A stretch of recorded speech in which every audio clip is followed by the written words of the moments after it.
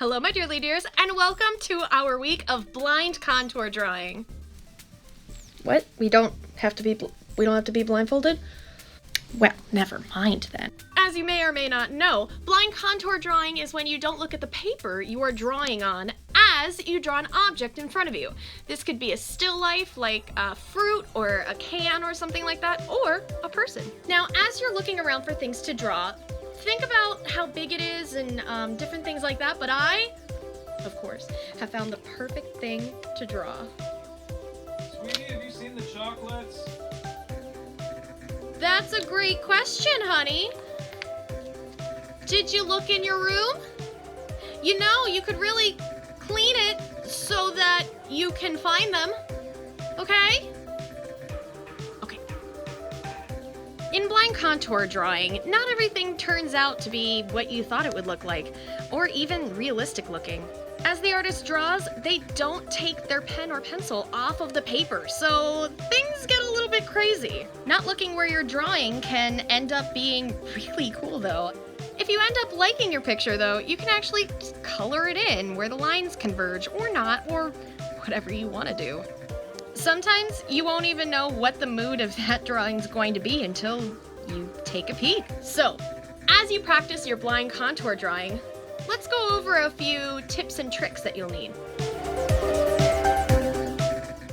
Since the point of blind contour drawing is that you can't see the page, but you want to be able to see the thing that you're drawing, you're going to need something to shield your eyes. A book, a piece of paper, or somebody else's art is perfect for you to be able to not look at that paper over there even though you're going to want to. A lot of times, if you're not looking at your paper, sometimes it can kind of slide around. So what I do is I use some tape to just tape it down just a little bit on two of the edges.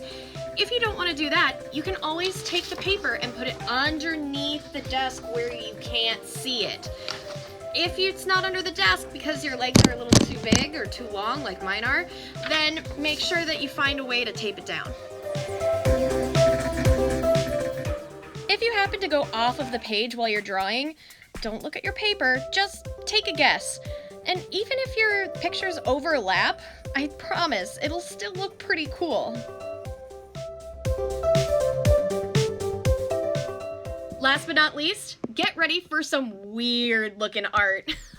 Blind contour drawing is a great exercise for your hand-eye coordination and also to get you out of the mindset that everything has to be perfect and look exactly like the object. Yeah, a lot of yours are probably gonna end up looking kind of weird. This is how mine turned out.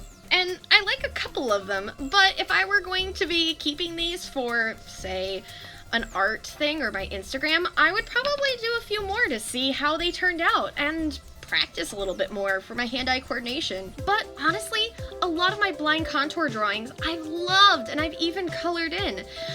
Really, you don't need them to look good, but in their own way, they do have their sort of charm. All right, now you know how to do blind contour drawing. Off you pop, have fun, and as always, stay curious.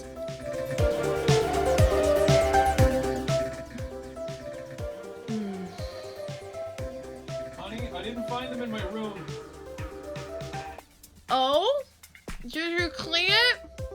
Yeah. Did you look in the living room? You could clean that one too so that you can find them.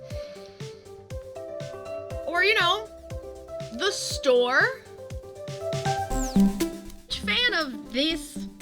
Yes. Can I help you? Yeah.